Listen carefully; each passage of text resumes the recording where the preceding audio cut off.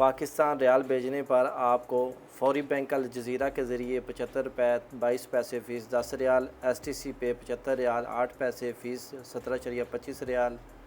तहवील और राजी अल राजी बैंक 75 रुपये 15 पैसे फ़ीस 10 रियाल, वेस्टर्न यूनियन 75 रुपये 35 पैसे फ़ीस 23 रियाल, मनीग्राम 75 रुपये 12 पैसे फ़ीस 23 रियाल, टेली मनी ANB 75 रुपये 18 पैसे फ़ीस 15 रियाल होगी। और इंडिया रियाल बेचने पर आपको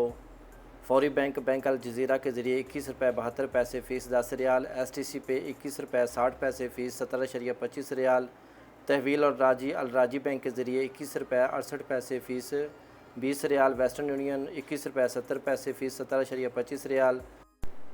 मनीग्राम 21 रुपये 52 पैसे फ़ीस 23 रियाल, मिजाज बैंक अल बलद 21 रुपये 56 पैसे फ़ीस 15 रियाल है।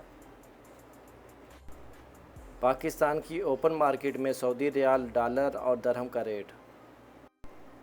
सऊदी रियाल का रेट पाकिस्तान की ओपन मार्केट में 82 रुपये है और अमाराती दरहम का 84 रुपये है और डॉलर का रेट 308 रुपये 50 पैसे है।